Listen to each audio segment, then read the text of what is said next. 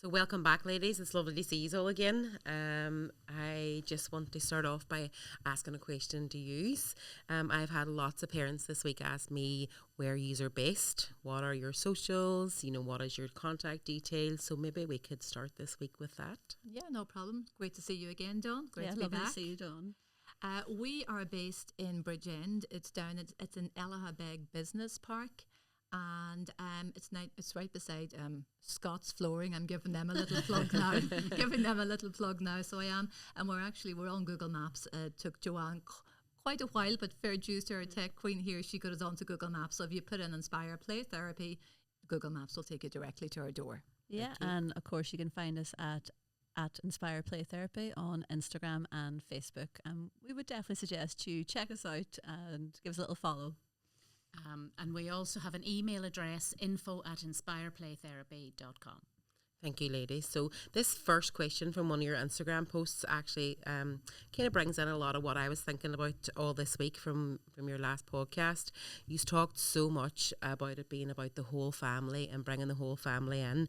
And I'm sure I can speak for every parent that you would walk mountains on your bare feet for your children if you could make their life better for them. So I want to ask this next question that somebody has asked on your socials. I want to support my child as much as I can. How involved would I, as a parent, be in the play therapy process? I might take this one. Yeah, that question came in so many times in Inspire Play Therapy on our Instagram page. Parents often wonder if they can sit in during the play therapy sessions, but it's actually a one-on-one time between the child and the therapist, because really the goal is to build trust with the child and create the safe space that I keep talking about, but it's so important, where they can explore their feelings and challenges freely. Now, that being said, parents are still really involved, just in a different way. When we have the consultation, and that's a consultation with the parent without the child being there, that's to learn about the child's history, and that's right from pregnancy and birth. And we'd have a talk about the presenting challenges of the child and the changes that the parent or parents hope to see. And we would also hold regular review meetings to update parents on the child's progress and share common strategies that they can use at home. And that's not to say that you have to wait till the review. Like, you could, drop us an email, or we would maybe meet when the child is being collected. But I think it's important to mention one really important principle in play therapy, and that's respecting the child's confidentiality.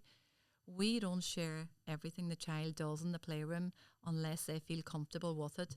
And before those review meetings, we check in with the child to see what they'd like to share. And that helps them really feel confident and secure in the process. Like, it's a little bit like if you went to therapy yourself and your therapist discussed your session with everyone else without your permission. So you'd be pretty hesitant to share anything after that. And that's the kind of respect we want to give to our young clients too. And another thing in the consultation that we would mention to parents is not to ask their child what they've done in the play therapy session. We know parents are curious, that's like completely natural. But again, going back to my therapy analogy, you can imagine if you were at therapy and a friend or your partner picked you up after the session and they were saying to you, well, what did you talk about? What did you say? Well, I think you'd very quickly get yourself another lift from that therapy session. And it's the same with our clients. We encourage a similar understanding here. So like the child feels safe knowing that their time in the therapy room is their own and there's no pressure to have to share unless they want to. What do you think, ladies?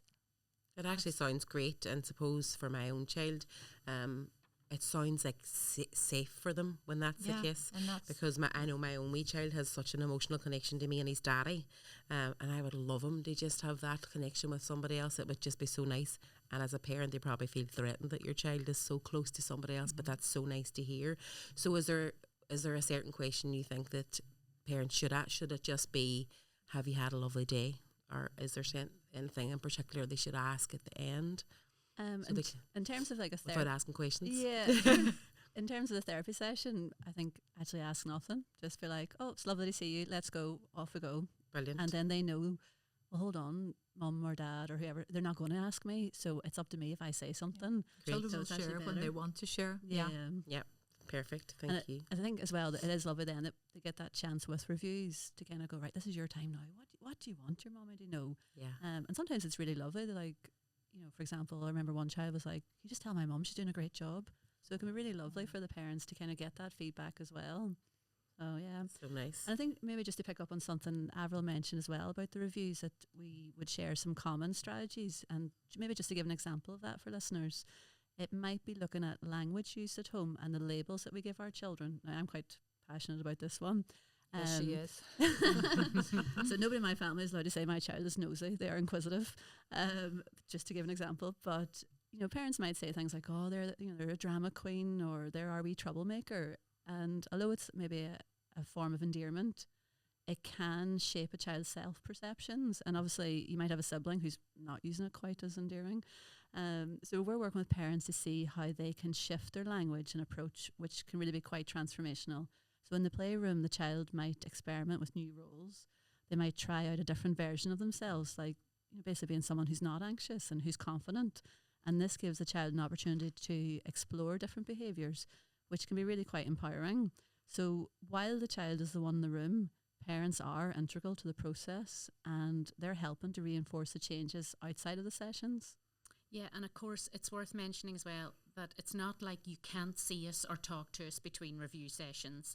If anything comes up, we can arrange to talk so you're supported along the way, because basically you are the person who is with your child all the time, and so that relationship is the most important one. We want to create a partnership where you're empowered to support your child while still respecting the confidentiality and independence of their time in the therapy room. Brilliant. So how long do you think that a child should attend play therapy? Okay, so good practice would be to have a minimum of 12 sessions. And the reason for this is to allow what we call the therapeutic relationship to develop and to really get the work done to support the child in their process. But it could take longer. And we want to ensure that there's enough time for them to move beyond kind of surface level issues. You know, you want something to work at a deep level. Now, we did share a video on our Inspire Instagram page just about how long does play therapy take. And it was of someone gently untangling a strand of fairy lights, because it was at Christmas time. And it was just to show that play therapy process is just like that. It's very gentle, it's very patient, and it's full of care. And you can't rush the process. So, of course, when you start, you never know exactly how long it's going to take, because each child's journey is unique. But we would consult with the parents in the consultation, and we would, you know, talk about roughly how long it would be, but it would be individual. And as we move through the process, it's important to remember that it's not just about the number of sessions, but about the quality of the work that's being done in each one, so that the trust is built and feelings are explored. And I suppose you can imagine real progress does take time. So yeah, it could be short term, but it depends on the child's individual needs. Yeah, Joanne, I agree with you. But yeah, those 12 sessions, which would be good practice, and with any play therapist, they really are crucial, because you can imagine in the beginning the child is coming into this playroom that they've never been in before, and those first few weeks are all about them building a relationship with the play therapist, getting familiar with the toys and the toolkit of the play therapy, and then, you know what, testing boundaries as well, like what am I able to do in here? Because as play therapists, we don't set boundaries until we need to set boundaries. But I suppose, as I said, what's most important in those early weeks is the foundation of trust really that's been built between the therapist and the child. And those 12 sessions really provide the time needed for the child to truly begin exploring the feelings that they're having and experiences. And the process really, it can't be rushed. Another of the Axe-Line principles that Joanne would have mentioned. Now, parents would often say that they would notice small changes earlier on, like their child becoming a bit calmer or more open. And while those shifts are significant, real lasting change takes time. Now, it's also, I suppose, important to mention that sometimes children's behaviour can actually, parents think they're actually getting worse. And that could be because a lot of the feelings that they've suppressed and that they didn't even know they were feeling are coming to the fore. And that's them dealing and processing with those feelings. I often say it's a bit like planting a seed. You really have to just provide the right environment and the care and the patience for it to grow. And in the same way, the child needs that time in the play therapy room and that space to develop trust and work through, whatever presenting emotions that they have, and really begin healing at their own pace, because it is at their own pace. We don't have any agenda. We don't rush the therapy. Another Axe-Line principle there. Oh, Avril, I love your analysis with planting a seed. Just this morning as I was cycling to work, I noticed the sky was much brighter and there was just a feeling of warmth from the sun, and it's so nice to feel that spring is maybe on its way and we might have the end of winter behind us, which would be lovely. I also wanted to mention about the science. Once again, yes, but it is actually really important, and it is true, and it does mean something. So building new neural pathways take repetition and consistency, and that is why we would go with the 12 sessions. Research has also shown that you may need more than 12 sessions. Up to 16 or 20 sessions can be ideal, and this is from Play Therapy UK. So it depends on the child's level of need or the complexity of their experiences. Some children may need even longer, and that's okay. It's all about meeting the child where they are. So very much based on child-specific needs, as you have all said. And as adults and children, we all need that time just to do things. And even if we think about the baby swim, Joanne, you would think that people think that after 6 weeks that their baby's going to be an Olympic swimmer. I'm still waiting for that to happen with my child. But anyway, I'll see you on Friday. So like everything we do as adults and children, it takes time, and we all learn at different paces. So that's really nice to hear. Thank you, ladies. So ladies, just on to the next question on your Instagram. What kind of challenges do children bring to play therapy, and can it help my whole family? Suppose you've answered bits of these throughout, but what kind of challenges can it bring? Okay, so I'll answer that first part. We see children coming to play therapy with lots of different challenges.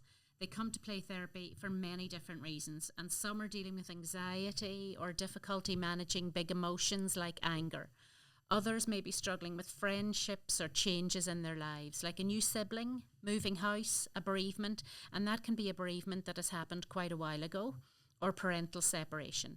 These challenges can affect how they feel and behave, and play therapy offers a safe space for them to work through these emotions. Yeah, Kathy, but sometimes I think the reason behind a child's struggles maybe aren't immediately clear. As a parent, you'll notice if your child is withdrawing or maybe behaving differently, but you're not sure why, and sometimes they're not sure why. The child might feel down, they might find themselves not wanting to play with friends, but they can't pinpoint the cause. So play therapy is really designed to uncover what's going on beneath the surface and helping the children process and express what's bothering them, whether they're fully aware of it or not. It really is just creating, here I go again, that safe, non-judgmental space where they can explore their feelings, and it just gives them both the time and, importantly, the language to cope with their emotions in a healthier, more positive way. So ladies, what if there's 2 children in the family that needed to attend play therapy? Can that work? Yes, no, that can definitely work. It was very Derry of me, wasn't it? Yes and no. Yes, yes, it can definitely work. At Inspire Play Therapy, if there were 2 children in a family who both needed that support, we would typically have 2 different therapists work with them. So that way each child can have their own dedicated space and attention focused entirely on their unique needs. It just means that each therapist would approach the child's emotional or behavioural challenges independently, and it would ensure that both children receive the individualised care they need. Having separate therapists allows the family to have support for both children without the sessions overlapping or competing for attention. And even, to be honest, if I think of me as a teacher, I used to teach twins over the years, and you'd have parents' evening and they'd both get their time slot, but inevitably thank you, they would overlap. And, that each child wouldn't get their own time. So in play therapy, we would make sure that's not going to happen. And obviously at Inspire Play Therapy, we're lucky we've got the 2 rooms and 3 therapists, so we could do that. Yeah. Okay. So I know you have answered this throughout all your questions as well, but I don't want to leave out somebody's question. What does the therapist actually do during play therapy?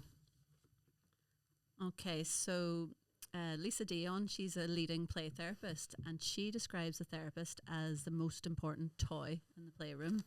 So this is because the relationship between the child and the therapist is at the heart of the healing process. It's not just about the therapist leading the session or simply observing. It's about being fully attuned to the child's emotional state and creating that space where they feel safe to express themselves. So we would use the phrase empty container. So my role would be that empty container. It means kind of setting aside my own emotions, my baggage, so that I can be fully present for the child and allow them to express their feelings. So I'm not sitting there going through my shopping list or what I have to do for the day. I am fully present with the child. And another term we would use is holding the space. So with that, I'm providing that safe environment where they're going to be feeling free to explore and process their feelings without judgment. And while I don't direct the play, I'm always there to guide and support them through it, helping them make sense of what they're experiencing at their own pace. And again, that's something I think we've kind of really tried to drive home. It's their pace, it's not hurried. So as a therapist, it's not about leading or observing in a passive way, but rather being an active, emotionally present participant who's supporting that child's healing process. And one of the key terms here is non-directive. This means that while I guide and support, I don't direct the play or impose my own agenda. The child's taking the lead in their therapeutic journey, and my role is to create a safe and nurturing space where they can express themselves freely. And I know we keep emphasising this, the child takes the lead, it's not rushed, it's non-directive, but that's kind of what makes play therapy so special and unique. I think it is important to kind of keep saying that. Yeah. Yeah. I suppose for me in the playroom, I follow a lady like Brenna Hicks. She's an American play therapist, and she referred to being the therapeutic guide rails in the playroom, and that again really resonated with me. And I thought, yeah, that makes perfect sense. I'm there to keep the play focused and safe, but I'm also observing really closely, and I think that's how I think of my role in the playroom. Like, I might notice a child repeatedly acting out like a superhero battle or soldiers in the sand tray, and that could be their way of processing feelings of fear or like powerlessness, or trying to reclaim a sense of power that they might feel is missing somewhere else in their life. And I've also seen, which is really interesting, I've seen children take on completely different personas during the play. A parent might say to me, oh my goodness, they're so quiet, I don't know if they'll open up to you at all. And suddenly this usually quiet child is becoming really assertive, directing an entire session, you know, taking on the persona that they feel that they don't have outside of the playroom. I suppose that's their way really of exploring different parts of themselves. And my role really then is to just gently guide them through those feelings and themes without disrupting their process. It's all about creating a space where they just feel really fully accepted exactly as they are, which is what we do. And they can explore and process their emotions in their healthy way. Like, I'm not there to tell them how they should feel. I validate all feelings. I'm there to support them through whatever they're feeling, really in a way that makes sense for them.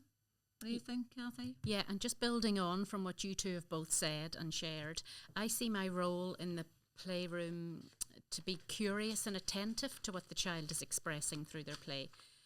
I don't lead the session, but I'm actively engaged in observing and understanding what's unfolding. Overall, it's really just a delicate balance of stepping in when needed and holding back when it's important for them to work through things on their own. And over time, this approach helps them build a sense of trust in themselves and their ability to navigate challenges. So, ladies, the burning question, does play therapy really work? Well, I hope we have convinced you, Dawn, but yes, and yes. Play therapy absolutely works, and it's incredibly effective for children. It might look different to what people perceive as traditional therapy, talking therapy, but that's what makes it so powerful. So by using play as a tool, we're tapping into how children naturally communicate and make sense of the world, and we're meeting them where they're at emotionally, and we're helping them process what they don't have the words for. I personally think play therapy is so effective as it works at such a deep level, and it's a real privilege to do what we do. Absolutely. I have today completed my 482nd hour of play therapy. Hooray! Yay. And I can say with complete confidence that play therapy works. And I think it's effective because it taps into, like I've said before, how children naturally express themselves through play. I know I keep coming back to the power of play, but that's because it's so essential. Through play, children are given that opportunity to process really complex emotions and feelings that might just be too overwhelming or difficult for them to put into the words, and really they just don't have those words. So over time, we, the three of us, have seen remarkable changes. It's not a quick fix, but the progress really is real, it's meaningful, it's lasting. And the transformative power of play is incredible, and witnessing, help me with that word, lady, witnessing that growth firsthand is, it, like Joanne and Kathy have said, it truly is one of the most rewarding parts of this work. That question wouldn't be answered properly if I didn't put in a little bit of scientific research to back it up, and here I have it. So play is not just an activity, it's a tool that helps the brain process emotions, build resilience and create new neural connections. In fact, PT UK, which is Play Therapy UK's clinical evidence base, includes over 12,000 cases, and I'm just reading this so that I make sure I get the statistic right for you, shows that between 77 and 84% of children experience a positive change. And what's even more encouraging is that the more severe the problem, the higher the percentage of children who show improvement. Isn't that amazing? It is. In fact, 8 out of 10 children report improvements in their mental health and well-being following play therapy. 8 out of 10. I think that's amazing. This shows that play therapy isn't just a method. It's a proven approach for helping children work through their challenges and achieve lasting emotional growth. Ladies, brilliant. That was absolutely lovely to listen to. So insightful, and I'm sure I can speak for many parents out there on the importance of play therapy and everything that you have talked about. It really has given me a great insight myself and what goes on at play therapy. So thank you so much again for inviting me. That's brilliant, Dawn. So Thanks, hopefully Dawn. you could be an advocate for us. Thank you so much for your and time. I'd like to just say thank you to everybody who has listened and joined us on this episode and the previous one. We hope this conversation has helped you understand play therapy a little bit more and has given you some valuable insights. A big thank you to Dawn for being such a wonderful host. Woo-hoo. Thank you. Great. And to our talented student Eve, who is here with us today. Thank you. And I'm very Thanks, excited. Eve. So they are from Northwest Regional College here in Derry. They've been working behind the scenes to record and produce this episode, and to their lecturer, Tracy Cullen, who has helped facilitate this project. Now, if you want to stay in touch, you can follow us at Inspire Play Therapy on Instagram and Facebook. We share helpful posts on play therapy, parenting tips and more to support you as parents along the way. Be sure to check us out and stay connected. And of course, if you are based in the Donegal and Derry area and you're considering play therapy for your child, please feel free to reach out to us and we can support you in your decision. So from the Inspire Play Therapy team and from Dawn, thank you all for listening. Thank Thank you. you. Bye.